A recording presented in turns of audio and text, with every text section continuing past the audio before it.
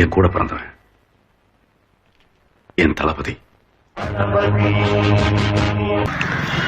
നമസ്കാരം, ഞാൻ ബാലൻ വിളക്കുമാടം. പുതിയ വീഡിയോയിലേക്ക് നിങ്ങളെ എല്ലാവരെയും സ്വാഗതം ചെയ്യുന്നു.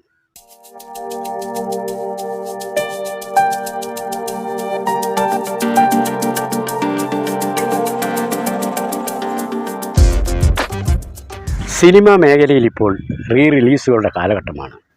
മലയാളത്തിൽ തന്നെ എടുത്തു നോക്കിയാൽ ദേവദൂതൻ, സ്ഫടികം, വല്യേട്ടൻ, മണിച്ചിത്രത്താഴ് എന്നിങ്ങനെ നിരവധി സിനിമകൾ പുതിയ സാങ്കേതിക വിദ്യകളോടുകൂടി പുതുതായിട്ട് റിലീസ് ചെയ്തുകൊണ്ടിരിക്കുന്ന കാലഘട്ടം കൊണ്ടും ആയുധബലം കൊണ്ടും ചതിയൻ ചന്തുവിനെ തോൽപ്പിക്കാൻ ആളായി പിറന്നവരിൽ ആരുമില്ല.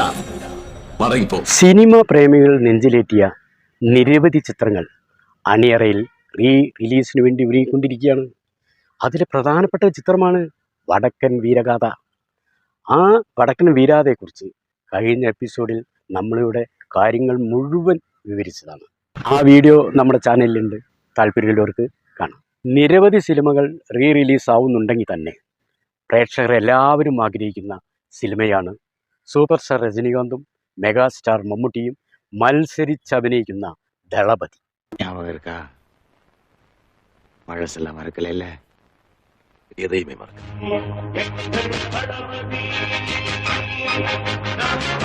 1991 നവംബർ 5-നാണ് മണിരത്നം ഒരുക്കിയ ഈ ഇതിഹാസ ചിത്രം തിയേറ്ററിലെത്തുന്നത്.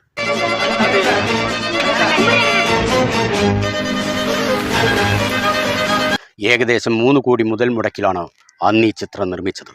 സൂപ്പർ സ്റ്റാർ രജനീകാന്തിൻ്റെ പതിവ് അഭിനയ ശൈലികളെല്ലാം അവഗണിച്ച ഈ ചിത്രത്തിൽ രജനിയെ വെല്ലുന്ന ദേവ എന്ന കഥാപാത്രമായി നമ്മുടെ പ്രിയപ്പെട്ട മമ്മൂക്കയും നിറഞ്ഞാടി.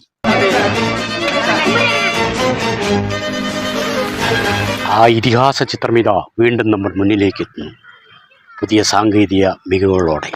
സൂപ്പർ സ്റ്റാർ രജനീകാന്തിൻ്റെ ജന്മദിനം കൂടിയായ ഡിസംബർ 12-നാണ് ഈ പടം വീണ്ടും തിയേറ്ററിലെത്തുന്നത്. ഈ ചിത്രം ഇതുവരെ തിയേറ്ററിൽ കാണാത്ത പുതിയ തലമുറ ഈ അവസരം പാഴാക്കരുത് എന്നാണ് എനിക്ക് നിങ്ങളോട് പറയാനുള്ളത്. കാരണം ആധുനിക സാങ്കേതിക സൗകര്യങ്ങളുടെ സഹായത്താൽ പുതുതലമുറ സംവിധായകർ ഒരുക്കുന്ന പല ചിത്രങ്ങളും നിങ്ങൾ ആഘോഷിക്കുമ്പോൾ മണിരത്നത്തെ പോലെ കാലം അടയാളപ്പെടുത്തിയ സംവിധായകരുടെ കയ്യൊപ്പ് കൂടി നിങ്ങൾ അറിഞ്ഞിരിക്കുന്നത് നന്നായിരിക്കും.